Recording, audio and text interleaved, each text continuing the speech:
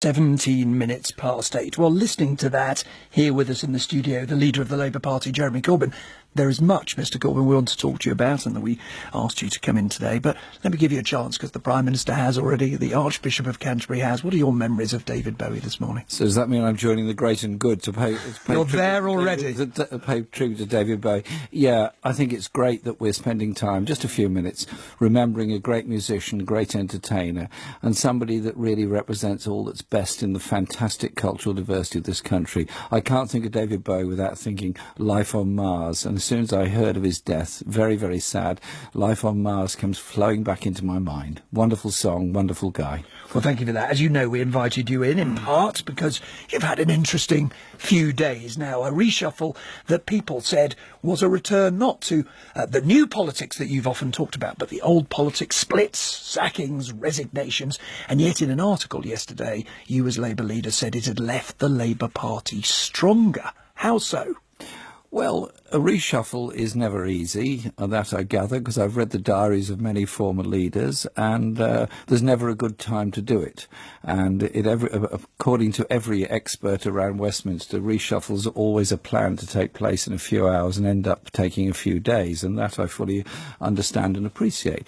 Yes, there have been some changes. We have a shadow cabinet that is strong. We have a team that is strong. We have party membership that's very strong. But you said stronger, you said. Stronger. In other words, for people who said this was a massive distraction, and these were people in your own shadow cabinet, well, Faulkner said, you said, no, we've made gains. It's not just the shadow cabinet. There's a lot of people doing jobs in different positions as well. For example, Emma Llewellyn-Buck taking on the role of campaigning in the north. I think that's very important. We brought in people, Kate Osamor doing work on equalities, and so we've widened the shadow cabinet to represent the diversity of the country and diversity of the membership of the parliamentary Labour Party. So I'm happy with it. We're moving on. We're doing a lot of campaigning. We're getting ready for the spring campaign. But it's stronger, and in your words in the article yesterday, more coherent, because you started to move people who don't agree with you. You moved the Shadow Defence Secretary, and you clearly wanted to move the Shadow Foreign Secretary. Why didn't you? Well, Maria is now doing DCMS work, and there's huge work to be done there on BBC, on Leveson, on arts and cultural diversity. But not on Trident, where she disagreed with you.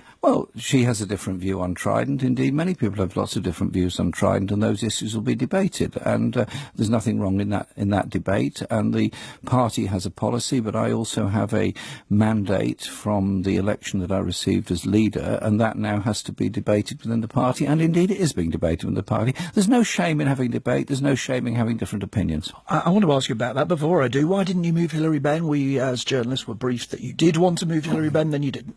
Well, I'm not sure where the briefing came from, but Hilary Benn is the Shadow Foreign Secretary. Hilary Benn and I had some very long discussions last week about a number of things. Yes, I know his views on Trident, and yes, we did not agree on the issue of Syria. We agree on many issues surrounding human rights, and I thought he gave an absolutely brilliant performance in attacking the government over its relationship with Saudi Arabia and the appalling abuse of human rights in Saudi Arabia. But we as a country have got to develop a human rights-based foreign policy. But he persuaded you that you could work together. You didn't need to move him as you thought you needed to. Well, he and I had a long chat, and it was a private chat. Can't we leave it at that? Oh, well, let's move on then, on to Trident. Now, you say there should be a debate. You're a lifelong opponent of nuclear weapons. We know that. You've moved the Shadow Defence Secretary who disagreed with you. So what new steps do you now need to take to ensure that your party adopts your policy of unilateralism? Well, there's going to be a review of the policy, and it's going to be done jointly by the National Executive and the Shadow Cabinet. So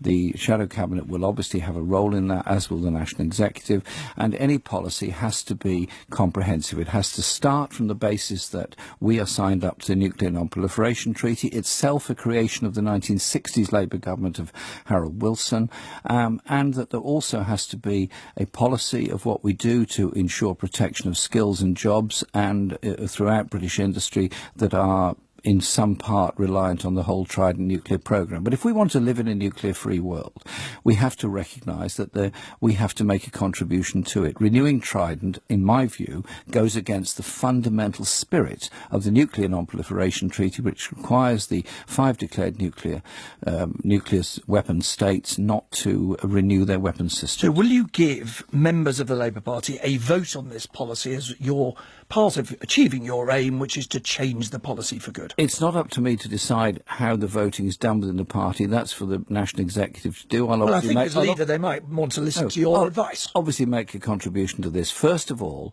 let's get the discussion out there, debate out there, so that party members, trade unions, affiliates and all the many, many peace organisations, think tanks and everybody else can put forward a point of view. But you want members to have a vote? I want members to have a big say in it. Whether that comes as a vote of individual members or a vote at conference, that will be decided. I haven't made up my mind. And do you want to change the way policy's made in the Labour Party so conference doesn't have a veto, that the shadow cabinet doesn't have a veto? My whole election programme was based on the need for ordinary people to be able to participate much more in politics, so that leaders don't go away and write policy, that executive groups don't go off and decide what the policy is, that ordinary people do. There's brilliance in everybody who've got some ideas. That was the whole basis, and that's why I think our party membership has got so much bigger, because people are enthused by the idea they can participate. Tom Watson and I are looking at digital ways of involving people. We're looking at lots of ways.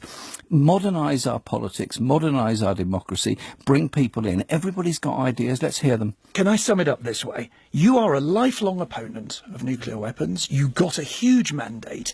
You've said you would never use them or threaten to use them. It is inconceivable that in 2020 you would stand on the brink of becoming Prime Minister with the Labour Party with its current policy. Either the policy has to go, or Mr Corbyn, you have to go. I think you're creating a crisis that doesn't exist. In any event, the whole decision that you're putting is 4.5 years away. Let's instead have a serious, intelligent debate. What role do nuclear weapons play in the modern world? Couldn't Britain play a part in bringing about a nuclear-free world? Couldn't we instead look at the real causes of insecurity in the world, which are human rights abuses, our famine, our floods, our environmental disasters? Look at those issues that bring about real security. That you have to convince, isn't it? Not me or the electors, first of all. Let me just ask you a last one and then we'll move on, I promise. There is a huge anti-Trident rally. It's being organised by Stop the War. You went to their dinner just a few weeks ago.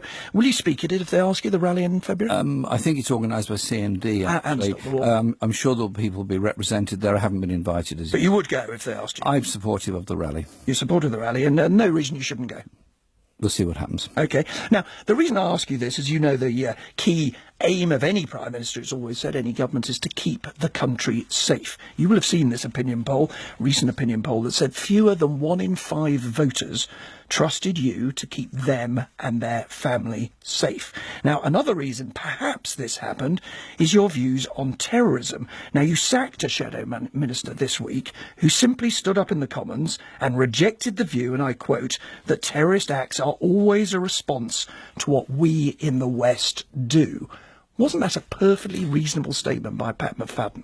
On the face of it, what Pat was saying is fully understandable. The Pat had written quite a lot of stuff and made quite a lot of comments which showed that he wasn't happy with either my leadership or the direction the party was taking under my leadership, and I discussed this with him. Was it a distortion of your views, though?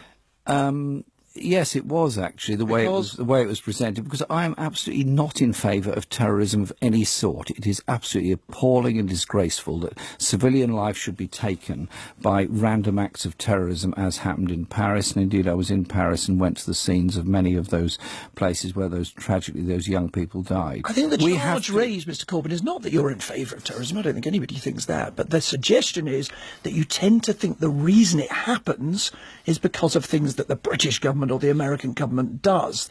Do you think that the French government was responsible in some way for the attacks on the streets of Paris? Of course the French government are not responsible for the attacks on the streets of Paris any more than any other government was from the West.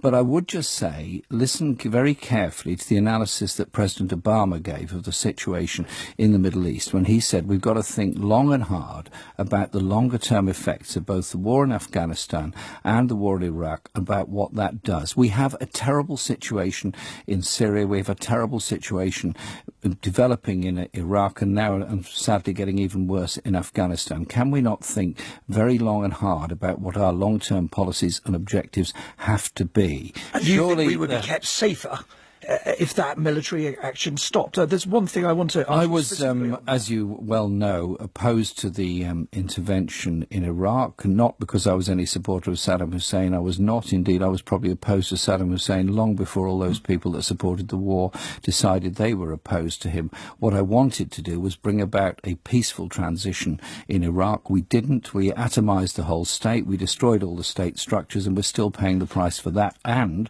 of course, it looks like many of the generals and the leading military strategists in ISIL are actually former officers in Saddam's army who were driven out of the army by the American and British occupation. A specific of Iraq. question about how you might carry out your responsibilities to keep the country safe. If you were told, as Prime Minister, that a drone strike could kill the Islamic State militant we saw in that latest video threatening Britain and indeed shooting 5 people in the head, would you agree to it? I think it's a hypothetical question. You have to look at the sources of the support of ISIL. You have to look at the way it gets its money, the way it gets its weapons, the way it gets its arms, and look at the... It is hypothetical. I'm sorry to interrupt. I'm asking you a specific question because you've always been anti-drones. Isn't the honest answer? No, I don't believe in drone strikes. I'd want to see the evidence of it first, obviously, but the point I'm trying to make is that ISIL haven't come from nowhere. They've got a great deal of money from somewhere. They're selling oil to somebody else. They are very well financed and very well armed. Services. I'm sorry, because I know you want to make a more broad point, but I think you have. If there was a specific piece of advice from the intelligence agencies, there he is, we can't capture him, it is legal. People want to know, would Jeremy Corbyn agree to it? I would want to know what the evidence is, what difference it would make by doing that, what the chances were of capturing somebody. I suspect probably very, very low in those circumstances, so action could be taken. Now, I know that you're keen to talk about other things as well, about the agenda. I want to give you a chance in 2 seconds, but there's one thing that's very current at the moment, of course, the doctors' strike, which is coming up in 24 hours' time.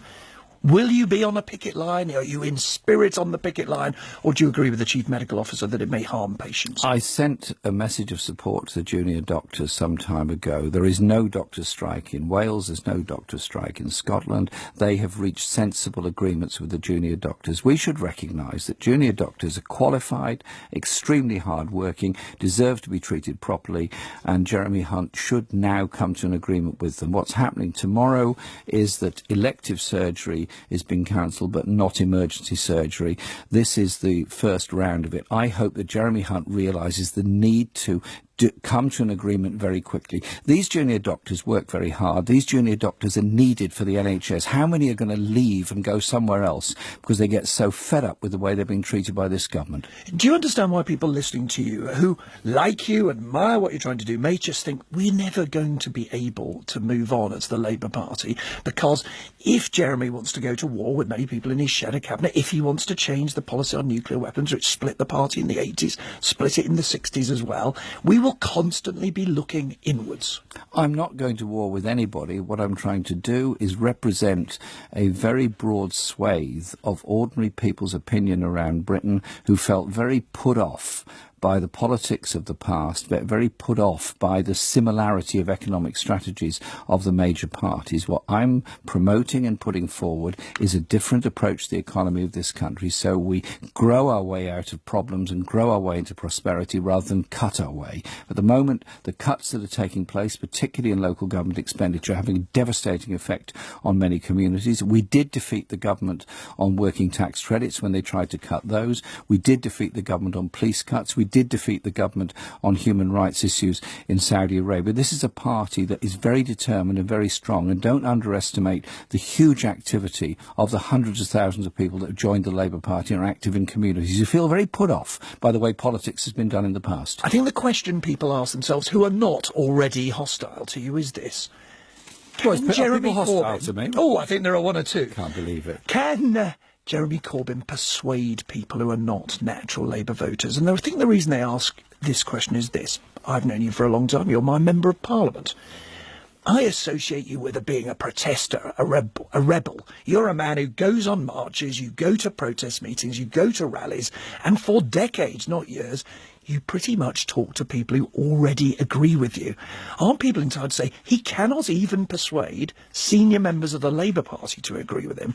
How on earth is he going to persuade the country? to back him? Well, somewhere along the line, I've managed to be re-elected 8 times in my constituency with very large majorities, and I started off with a very small majority, and I managed to receive the support of 250,000 members and supporters of the party in the leadership election. I realise that's not the public, but I just say this. If we carry on like this in this country, we end up with a more divided Britain. We end up with more people street sleeping and homeless. We end up with more young people, overcrowded accommodation, underachieving in school. We have a housing strategy that denies opportunity for everybody. Middle-class families whose children can't leave because they can't afford to buy anywhere. Poorer families can't get any council housing, forced into very expensive private rented accommodation. We can, will and must do things very differently, and I am very determined that that alternative will be there for everybody in this country. Jeremy Corbyn, leader of the Labour Party, my Member of Parliament, thank you very much indeed. 28